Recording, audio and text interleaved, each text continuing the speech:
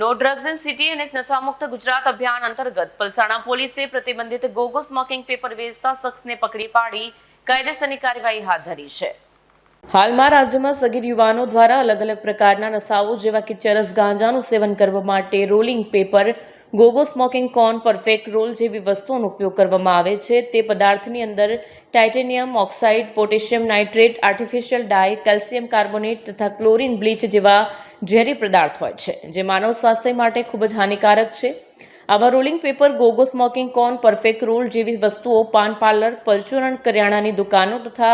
ચાની દુકાનો પર વગેરે ઉપર મળી રહેતા હોય છે, જેના પરિણામે યુવા વર્ગમાં નશો કરવાની વૃત્તિમાં વધારો થયો છે। આથી rolling paper, Gogo smoking cone, perfect roll જેવી વસ્તુઓ ગુજરાત રાજ્યમાં આવેલ પાન પાર્લર, ચાની દુકાનો, છૂટક કરિયાણાની દુકાનો વગેરેમાં વેચાણ ન થાય તે બાબતે ગુજરાત સરકાર ગૃહ વિભાગ ગાંધીનગર દ્વારા જાહેરનામું પ્રસિદ્ધ કર્યું હતું, જેથી પલસાણા પોલીસ ટીમે પ્રતિબંધિત ગોગો સ્મોકિંગ પેપર વેચતા શખ્સને પકડી પાડી કાયદેસર કાર્યવાહી હાથ ધરી છે।